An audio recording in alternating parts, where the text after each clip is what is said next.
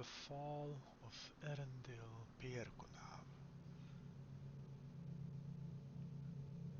I remember the rain, the scent of damp stone and old parchment, the rhythmic thud of hooves against the road as we made our way through the winding mountains path towards the temple of Lucinus. I remember the gods, Sir Helric, Lady Vane, and the silent one with the scar, my father's finest, the only ones I could trust. Then I remember them disappearing, one after another. No sounds of battle, no screams, just gone.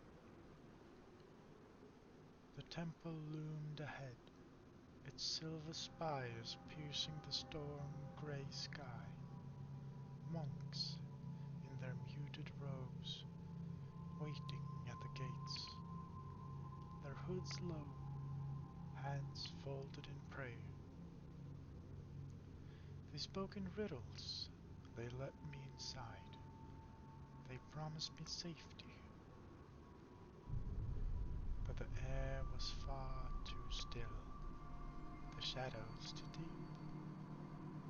And then the whispers came, echoing in my mind, pressing against my skull like invisible hands. She does not know. She does not see. She does not belong. I tried to run, but my body felt heavy, like something was weighing my very soul. I turned to my gods, to where they should have been, but the halls, they were empty. Then I saw it, carved into the walls, inscribed in the temple's very foundation. The sigil of the usurper. Someone had taken my throne. Someone had ordered my death. And the monks, they were never my allies. She knows. Stop her. End it.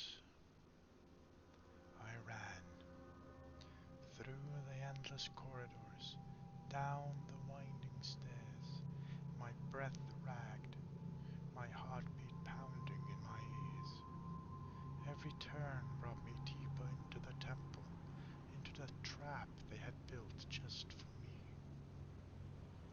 Then I saw it, barely visible against the stone, the lines, the curves, the elegant craftsmanship that did not belong in this cursed place. Elven architecture I remembered, a passageway, old, forgotten, hidden in nature itself. I pressed my hand against the wall, traced the symbols, felt the air shift as the stone gave away. A tunnel, narrow, dark, leading somewhere, anywhere but here. I squeezed through, my skin scraping against the jagged rocks. The sound of footsteps closing in behind me. The monks did not shout, they did not run, they simply followed, their presence pressing at the edges of my mind. Then light.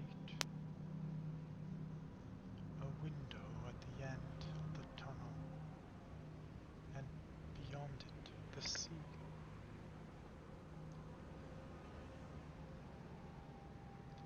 I had no choice. I jumped. The world shattered. The collision sent a shockwave of pain through my chest, spreading like fire through my ribs. my spine, my fingers. The cold stole the breath from my lungs. Blood swirled